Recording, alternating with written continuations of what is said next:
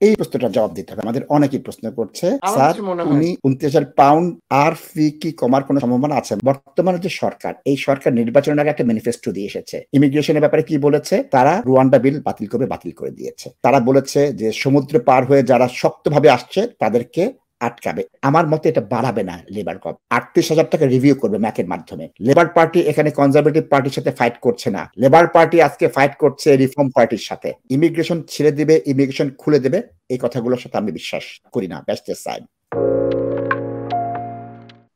ধন্যবাদ ব্যাস্টার সাহেব। এই প্রশ্নটার জবাব দিতে হবে। আমাদের অনেকেই প্রশ্ন করছে, আমার স্যার কাছে মনে হয় উনি ২৯,০০০ পাউন্ড ও আর ফি কি কমার কোনো সম্ভাবনা আছে? মানে ৩৮,৭০০ হয়ে গেছে আপনার স্কিল ওয়ার্কারের ২৯,০০০। দর্শক দুটো বিষয় দেখবেন। বর্তমানে যে সরকার, এই সরকার নির্বাচনের আগে একটা ম্যানিফেস্টো দিয়ে এসেছে। ইমিগ্রেশনের ব্যাপারে কি বলেছে? তারা রুয়ান্ডা বিল বাতিল করে দিয়েছে। তারা বলেছে যে সমুদ্র পার হয়ে যারা শক্তভাবে আসছে তাদেরকে আটকাবে। এটা নিয়ে একটা ভীতিকৃষ্ট অবস্থা হয়ে গেছে স্যার কিয়ার স্টারমারের একটা বক্তব্য নিয়ে বাংলাদেশের ব্যাপারে। এটার ব্যাপারে তিনি বলছিলেন, সান তাকে জোর করে কিছু বলেছে, সেটা অন্য বিষয়। ২৯,০০০ ব্যাপারে কোনো কমিটমেন্ট দেয়নি কমাবে। তারা বলছে প্র্যাগমেটিক সিদ্ধান্ত নেবে যেটা রাষ্ট্রের জন্য ভালো।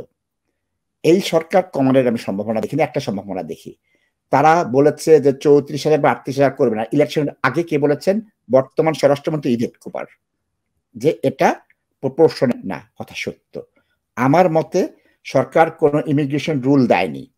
সরকার শুধু একটি ইন্টেনশন দিয়েছে, এই বছর ৩৪,৫০০ করা হবে, আগামী বছর এটাকে ৩৮,০০০ করা হবে স্পাউসদের জন্য। আমার মতে এটা বাড়াবে না লেবার গভর্নমেন্ট। ৩৮,০০০ টাকা রিভিউ করবে ম্যাকের মাধ্যমে, যে ৩৮,০০০ কি তাদের শ্রম বাজারের যে ঘাটতি আছে সেটা পূরণ করতে পারছে। সব ইন্ডাস্ট্রি বলবে পারছি না, পারছি না, পারছি না।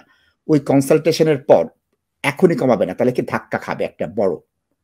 এখানে একটা জিনিস বুঝতে হবে, লেবার পার্টি এখানে কনজারভেটিভ পার্টির সাথে ফাইট করছে না। লেবার পার্টি আজকে ফাইট করছে রিফর্ম পার্টির সাথে। এই সহজ জিনিসটা যারা বুঝছেন না, যারা দ্য এক্সপ্রেসের নির্বাচনের পরের দিন যে হেডলাইন নাইজেল ফারাজ বা বরিস জনসন নেক্সট প্রধানমন্ত্রীর লড়াই অবতীর্ণ হবে, সেটা বুঝতে হবে। উগ্র ডান আসবে। সুতরাং ইমিগ্রেশন ছেড়ে দিবে, ইমিগ্রেশন খুলে দেবে, এই কথাগুলোর সাথে আমি বিশ্বাস করি না। ব্যাস্টের সাইড।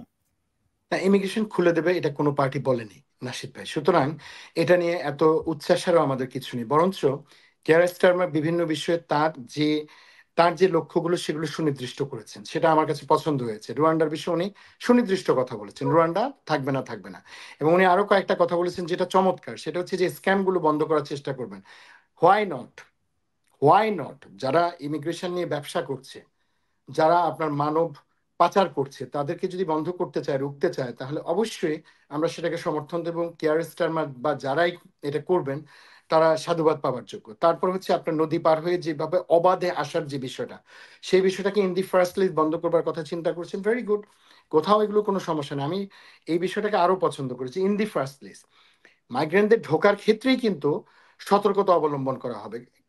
আপনার কেয়ার সেক্টরে কারা এসছে, আপনার কোম্পানিগুলো যে স্ক্যাম করেছে, যারা অ্যাপ্লিকেন্ট তারা যে স্ক্যামের সাথে যুক্ত হয়েছে, এবং মধ্যবর্তী যারা সুবিধা লাভ করেছে তারাও যে স্ক্যামের সাথে যুক্ত হয়েছে, এগুলো কোনোটাই তো এদেশে যারা আছে তাদের জন্য ভালো না, যারা আসছে তাদের জন্য ভালো না। যার জন্য আমরা দেখতে পাচ্ছি যে কেয়ার সেক্টরে কেউ কাজ পাচ্ছে না। তাহলে কেয়ার স্টারমার সরকার সেটা বন্ধ করবে, সেটা তারা কেয়ার স্টারমার বলেছেন। এবং এই আসার ব্যাপারটাকে যদি সঠিক ছাত্র সে আসুক, যে সঠিক কেয়ার ওয়ার্কার সে আঠুক, দেখুন কোনো সমস্যা হবে না। কোম্পানিগুলো সঠিক কাজ করুন। আপনার টাকা পয়সা লেনদেন করে 20,000, 30,000, 40,000 পাউন্ড খরচ করে কস কিনে তারপরে এখানে এসে ভরাডুবি হয়ে তারপর অ্যাসাইলাম সিক করা, এগুলো কোনোটাই সমর্থনযোগ্য না, কোনোভাবেই সমর্থনযোগ্য না, যে বা যারাই করছেন। কিন্তু যারা ভিকটিম হচ্ছেন আমরা তাদের পক্ষে, যারা ভিকটিম হচ্ছেন তাদেরকে যেন সরকার তাদের দিকে আপনার একটা সিম্পাথাইজড হয়, সেটা সহানুভূতির দৃষ্টিকোণ থেকে দেখে, সেটা আমরা আশা করতে পারি। কিন্তু ইমিগ্রেশনের বিষয়টাকে যদি সুন্দরভাবে সাজানো হয় এবং প্রথম ভাগই এটার উপরে একটা আপনার যুক্তিসঙ্গত আপনার বিবেচনা তৈরি করা হয়, সেটা ভালো। এবং আরেকটা কথা বলা হয়েছে যে যাদেরই অ্যাপ্লিকেশনগুলো আছে সেগুলো প্রসেস করা হবে, সেগুলো যদি আপনার সঠিকভাবে প্রসেস করা হয়, কোনো অন্যায় না করে, সেটাও আমরা মনে করি যে যুক্তিসঙ্গত হবে। সুতরাং ইমিগ্রেশনে ছাড় দেওয়া হবে এটা না, তবে ইমিগ্রেশন একেবারে খুব খারাপ অবস্থায় চলে যাবে আমি কোনোভাবেই সেটা মনে করি না। বর্তমান সরকারের আমলে ইমিগ্রেশন অতীতের চাইতে খুব খারাপ অবস্থায় চলে যাবে, আরো বৈরী হয়ে যাবে। I don't think so. আমার বিশ্বাস যে সরকার যুক্তিসঙ্গতভাবে এই বিষয়গুলো ডিল করবে। ধন্যবাদ barrister Sayem. Are you investing in property or looking to buy your first home? Beneco Financial Services offers straightforward mortgage advice, given freely and without obligations with a dedicated team of highly qualified and experienced mortgage advisors. Whether you are a first-time buyer or an experienced landlord, we have the right mortgage solution for you. Residential mortgage, limited company mortgage, buy-to-let mortgage, commercial mortgage, Islamic mortgage, bridging finance. To book your free consultation meeting, call us today on 0208 050 2478.